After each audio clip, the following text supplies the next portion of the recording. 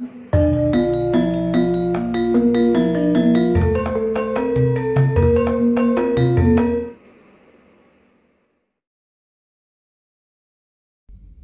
Ruang Diri, di serial sebelumnya saya sudah bercerita tentang istilah yang disebut oleh nenek saya sebagai lampor, yaitu prajurit dari Gunung Merapi yang menuju ke pantai selatan menggunakan kendaraan kuda. Kemudian juga pasar setan, gemuruh pagi-pagi yang disebut sebagai nenek sebagai pasar setan. Dan kemudian penampakan dari api yang disebut nenek sebagai Banaspati. Sekali lagi, nenek sama kakek, nenek saya dan kakek saya merupakan dua pribadi yang berbeda. Nenek yang setiap ritualnya itu membakar kemenyan di depan sebuah makam kecil di pinggir rumah saya, dan bunga-bunga staman yang disediakan pada saat nenek melakukan ritual tersebut. Kakek yang tahu nenek selalu melakukan ritual tersebut tidak protes. Kakek saya membiarkan apa yang dilakukan oleh nenek saya, dan kakek saya tidak pernah ikut melakukan hal-hal itu. Nah, di seri yang sekarang ini ada satu pengalaman yang sebetulnya bukan pengalaman saya, tetapi karena itu terkait, kita sama-sama, dan saat itu dia bercerita. Jadi ini menarik sekali. Pengalamannya menarik sekali yang kemudian menyebabkan saya bertanya dan melahirkan berjuta-juta tanya tentang pengalaman tersebut. Sebelum itu, pengalaman yang akan saya ceritakan ini jauh tahun-tahun setelah terakhir kali saya melihat api yang disebut oleh nenek saya sebagai Banaspati. Sejak saat itu, nenek bilang kepada saya dan juga cucu-cucu yang lain, ada anaknya Bude juga yang sering ke kamar nenek. Itu ada beberapa anaknya Bude yang suka dengan storytellingnya nenek. Nenek itu menyampaikan sesuatu bahwa cucu-cucunya dia jangan takut terhadap jin, setan, peri prayangan. Artinya nenek bilang, kowe kabeh ora usah wedi karo jin, setan, peri prayangan. Jadi kalian semua nggak usah takut dengan jin, setan, peri prayangan. Lo kan kita nggak tahu, lo bagaimana nek kok ora wedi iki piye, kok nggak takut itu bagaimana? Nenek bilang, kowe kabeh wis dilindungi karo Kiai Kasan Kesambi. Nah, saya nggak tahu siapa Kiai Kasan Kesambi ini. Di kemudian tahun, setelah saya membaca buku-bukunya S.H. Mintarja, saya menemukan Kiai Kasan Kesambi ini merupakan kiai tokoh dari cerita S.H. Mintarja serial Api di Bukit Penoreh, khususnya di bagian sesi yang namanya Bende Mataram. Nah, saya nggak tahu kenapa kok nenek menyebut itu. Apakah tokoh yang bernama Kiai Kasan Kesambi ini benar-benar ada atau hanya karangan dari S.H. Mintarja, saya tidak tahu. Tetapi nenek bilang bahwa Kiai Kasan Kesambi ini mempunyai jin. Nah, jinnya inilah yang dititipkan oleh Mbah Buyut, jadi oleh bapaknya nenek. Karena bapaknya nenek sekali lagi dikenal di kampung saya itu sebagai orang yang pinter, sebagai orang pinter, sebagai dukun lah, sebagai orang yang tukang obati, dan juga dikenal sebagai orang sakti. Kabar yang sangat beredar di kampung saya dulu, ini ceritanya nenek, bahwa ada anak kecil yang terkunci di sebuah rumah, dan yang bisa membukakan adalah Mbah Buyut atau bapaknya nenek. Bapaknya nenek ini dikenal bisa masuk lewat lubang kunci. cerita, itu hanya cerita, dan saya sendiri tidak tahu kebenarannya, tetapi cerita itu sangat-sangat merebak dan diyakini oleh orang-orang di kampung saya, di Ngampilan terutama. Nah, nenek bilang bahwa kamu semua tidak usah takut. Bila kamu takut, kamu sedang melewati kuburan, sedang melewati tempat sepi, kemudian kamu takut dan ada apa-apa, kamu bilang saja, aku putune Kiai Kasan Kesambi. Kemudian nenek bilang, siapa saja yang akan mendatangi kamu, itu akan sirna. Nah, sejak itulah ketika saya takut, ini dari kelas 5 SD, setelah nenek cerita itu ya, sampai kemudian SMP, sampai kemudian saya akan menceritakan pengalaman teman saya ini. Setiap kali takut melewati jalan yang gelap, melewati ngisor sawo tadi, melewati kebun yang saya ceritakan di serial pertama dengan nama Ndorodono tadi, saya selalu bilang, aku putune Kiai Kasan Kesambi. Karena setelah mengucapkan itu, saya meyakini bahwa jin yang dititipkan oleh Kiai Kasan Kesambi kepada Mbah Buyut itu akan datang dan melindungi dari segala macam mara bahaya yang disebabkan oleh makhluk-makhluk halus. Nah, sejak saat itulah tidak ada hal-hal yang saya lihat, tidak ada penampakan-penampakan yang saya lihat, karena setiap kali ada rasa takut, saya selalu memanggil nama Kiai Kasan Kesambi. Di samping itu, kakek bercerita kepada saya, ini bertolak belakang ya, kakek dengan nenek ini bertolak belakang. Kakek itu bilang bahwa jin, setan, peri perayangan itu nggak ada. Bertolak belakang kan? Kakek bilang nggak ada. Jin, setan, peri perayangan itu nggak ada. Itu hanya ada di pikiran manusia. Saat itu saya sama sekali tidak paham. Yang saya yakini adalah nenek. Yang saya yakini adalah cerita-cerita masyarakat. Yang saya yakini adalah cerita-cerita teman saya, karena teman-teman saya bercerita bahwa mereka sering melihat sesuatu yang tidak tampak. Kakek bilang bahwa jin, setan, peri perayangan itu hanya ada di pikiran manusia. SD, SMP, tentu saya nggak paham. Tetapi saya memikirkan terus tentang kata kakek dan kata nenek yang berseberangan. Mana yang betul? Pikiran saya saat itu. Kakek mulai menunjukkan beberapa koleksi buku-bukunya. Kakek saya bisa bahasa Belanda. Ada satu buku yang berjudul, ini pronunciation saya entah salah entah betul dalam bahasa Belanda ya, itu disebut Wete Wetenskap. Wete Wetenskap. Menurut kakek itu artinya adalah ilmu putih. Jadi ada ilmu hitam dan ilmu putih. Nah, buku yang dibawa kakek ini adalah Wete Wetenskap. Ilmu putih judulnya. Dalam bahasa Belanda. Dan saya tanya sama kakek, Mbah, kok bahasa Belanda? Mbah, kenapa kok bahasa Belanda? Kakek bilang, karena orang-orang Jawa itu tidak menulis. Mereka itu menuturkan. Jadi budayanya adalah budaya tutur. Nah, sementara orang-orang Belanda yang sudah berada di Indonesia lama, mungkin saja mereka meneliti, mungkin saja mereka mempelajari dan menuliskan. Jadilah buku itu yang namanya Wete Wetenskap, ilmu putih. Kemudian beberapa buku yang ditunjukkan kepada saya, judulnya saat itu tuh ngeri bagi saya.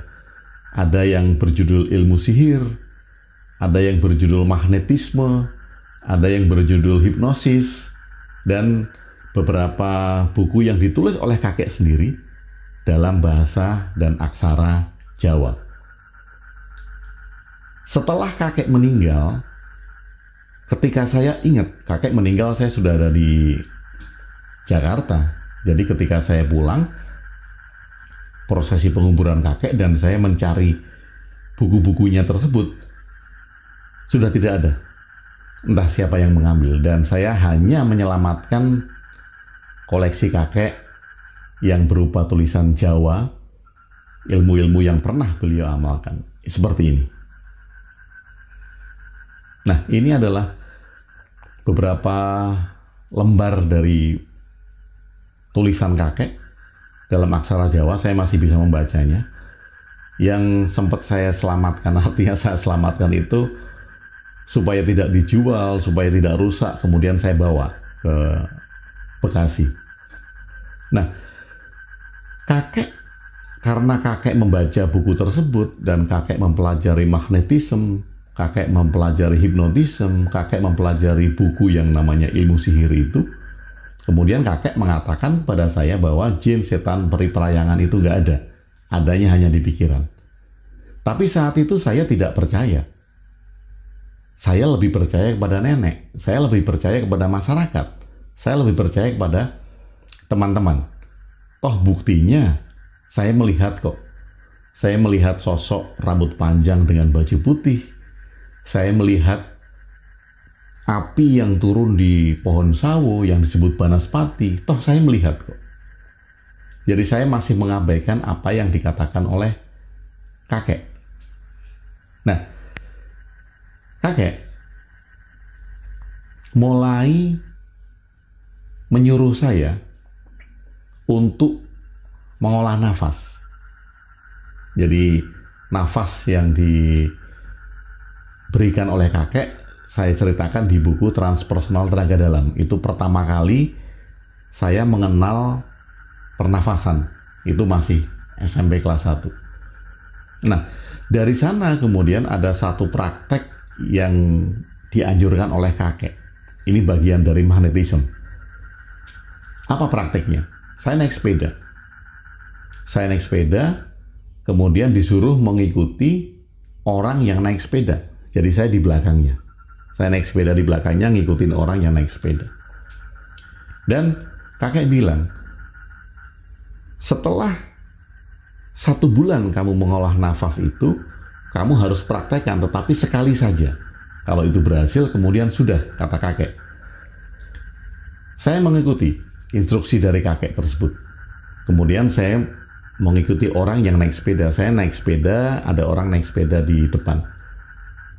Saya harus memandang, kakek menyebutnya itu adalah solar plexus, yaitu titik T di dalam tubuh manusia yang bisa diberikan perintah.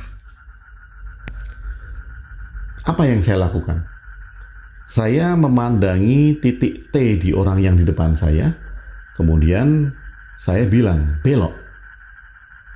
Kiri atau kanan, terserah saya. Jadi belok. Kemudian orang ini akan tiba-tiba berbelok sesuai dengan apa yang saya ucapkan. Setelah belok, dia bingung. Kemudian dia balik lagi ke arah yang tadinya akan dia tempuh. Beberapa kali saya mencoba ini dan berhasil. Kemudian saya bilang lagi sama kakek. Dan kakek bilang, ya itulah kerja dari pikiran. Dan saya belum begitu paham saat itu.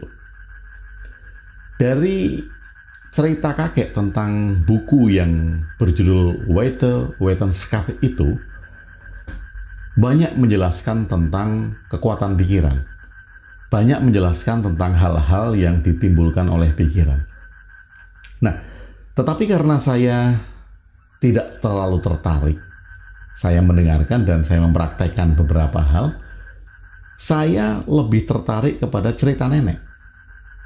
Karena apa? Karena bombastis.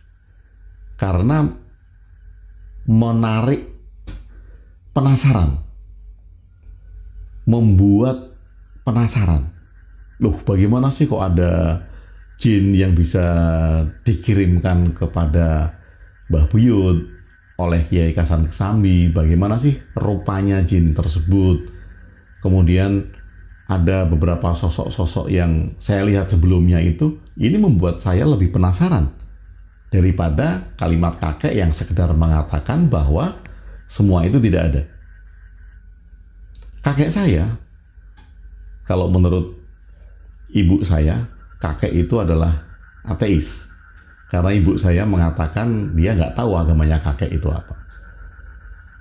Kakek memang tidak terlihat selama saya mendampingi kakek, melihat sampai kemudian kakek meninggal, saya tidak pernah melihat kakek beribadah.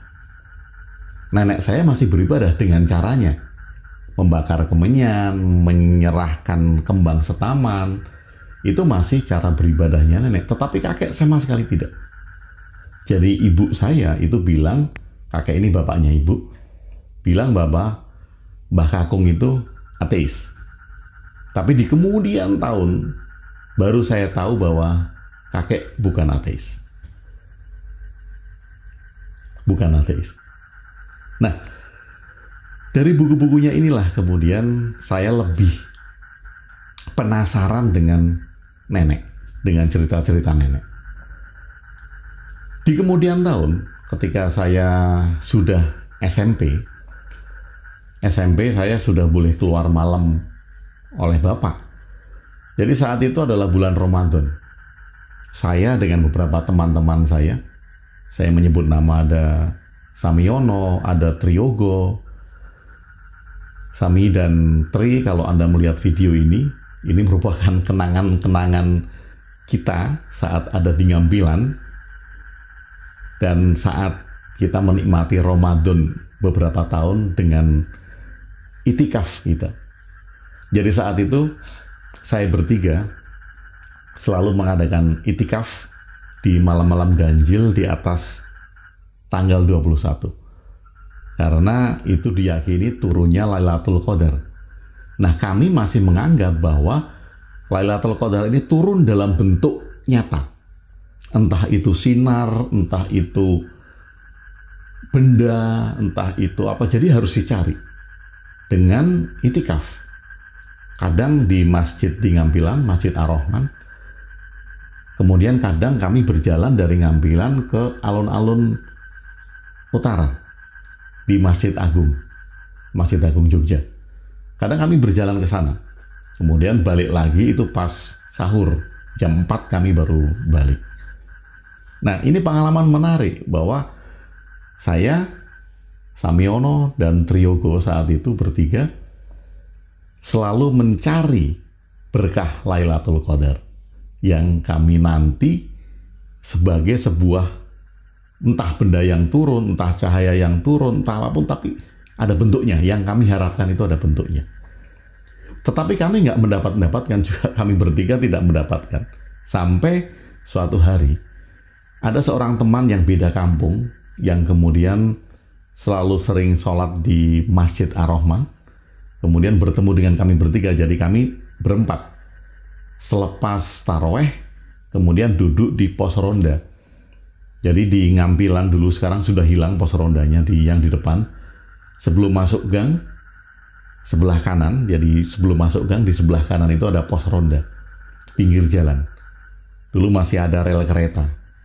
Jadi di depan kampung saya itu adalah rel kereta yang sering mengangkut tebu dulu, kereta yang mengangkut tebu ke arah Madukismo. Sekarang sudah tertutup jalan semua. Nah, itu ada pos ronda. Nah, di pos ronda itu kami sering ngobrol dengan satu orang ini, namanya Mas Yadi. Saya masih ingat dia. Kalau Ngampilan tempat saya itu dikenal dengan nama daerah 5. Kalau Mas Yadi ini tinggalnya di daerah 6. Nah, Mas Yadi ini sering ngobrol dengan kita. Karena ngajinya lebih pinter, kemudian sholatnya kami pandang lebih khusyuk. Jadi kami menuakan orang yang bernama Mas Yadi ini.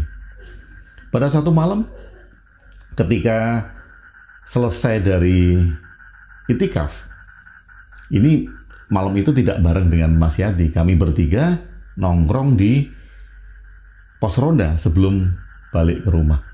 Kemudian tiba-tiba yang namanya Mas Yadi ini lari tergopoh-gopoh, kemudian nyamperin kami bertiga. Nah, kami kaget kan, ada apa Mas, ada apa Mas? Masih berkeringat, jadi memang benar-benar bergetar dan berkeringat. Mas Yadi ini bilang, aku dapat Lailatul Qadar. Aku dapat Lailatul Qadar. Kaget kami bertiga. Wah, hebat. Memang betul nih. Sholatnya khusyuk, ngajinya bagus. Pantes dapat Lailatul Qadar. Kami semua menunggu ceritanya. Hebat nih, hebat.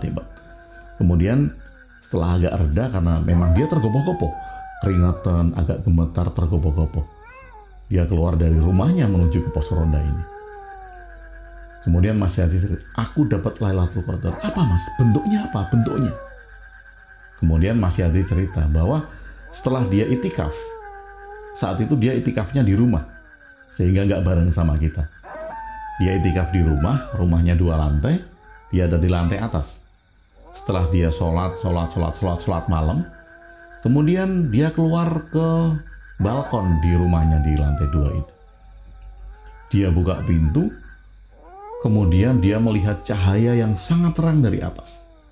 Bukan api katanya, tetapi cahaya yang terang. Dia gemetar melihat cahaya itu. Semakin terang, dan cahaya itu berubah bentuknya menjadi seorang wanita. Mas Yadi meyakini bahwa itu adalah bidadari. Bidadari yang diturunkan di malam Lailatul Qadar untuk Mas Yadi. Jadi cahaya itu kemudian berubah menjadi bidadari dalam gambaran Mas Yadi yang diceritakan kepada kita. Wanita mempunyai sayap. Dia turun kemudian persis di depan Mas Yadi dan memeluk. Saat itulah kemudian dia takut. Dia memilih keluar untuk mencari kita di pos ronda. Kita kaget dan tentu saja takjub bahwa ternyata Mas Yadilah yang mendapat Lailatul Qadar dengan dikirimkannya bidadari kepada Mas Yadi. Beberapa second saya berpikir, saya bertanya, Mas, bidadarinya tadi yang pakai sayap itu pakai jilbab enggak? Itu pertanyaan saya yang sangat spontan. Mas Yadi bilang tidak. Loh, bagaimana tidak? Seharusnya kan kalau itu bidadari Islam, karena kita sedang menunggu Lailatul Qadar, bidadari ya harus pakai jilbab. Karena ini adalah bidadari Islam.